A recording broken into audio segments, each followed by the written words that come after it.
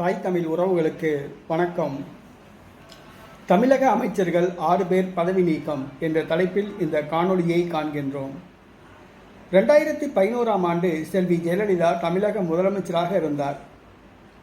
அவருடைய அமைச்சரவையில் யாராவது குற்றம் சாட்டப்பட்டால் அவர் தயங்க மாட்டார். உடனடியாக அதிரடியாக அமைச்சரவையிலிருந்து நீக்கிவிடுவார், கட்சியிலிருந்தே நீக்கிவிடுவார். அவ்வளவு தைரியமானவர் செல்வி ஜெயலலிதா. ஒரே நாளில் 6 அமைச்சர்களை அதிரடியாக நீக்கினார். தமிழக அரசியல் வட்டாரத்தில் பரபரப்பை ஏற்படுத்தியுள்ளது. குற்றச்சாட்டுக்கு ஆளான 6 அமைச்சர்கள் ஒரே நாளில் பதவி இழந்தனர். 2011ஆம் ஆண்டு நவம்பர் மாதம் 5ஆம் தேதி செல்வி ஜெயலலிதா இந்த அதிரடி நடவடிக்கையை எடுத்தார். அமைச்சர்களாக இருந்த சண்முகவேலு, ஆர்.பி. உதயகுமார், சண்முகநாதன், சிவபதி, செந்தமிழன், புத்திசந்திரன் ஆகிய 6 அமைச்சர்களை அதிரடியாக நீக்கினார். இதில் ஆர்.பி. உதயகுமார் தற்பொழுது சட்டசபை எதிர்க்கட்சி துணைத் தலைவராக உள்ளார் என்பது குறிப்பிடத்தக்கது.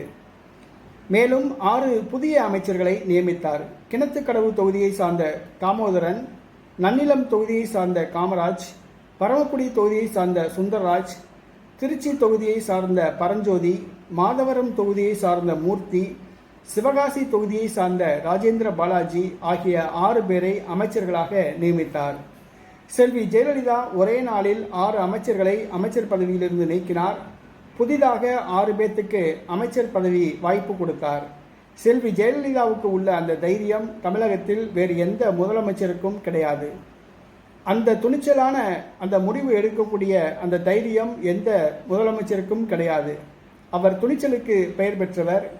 அரசியலில் இரும்பு பெண்மணி என்று பெயர் பெற்றவர் செல்வி ஜெயலலிதா.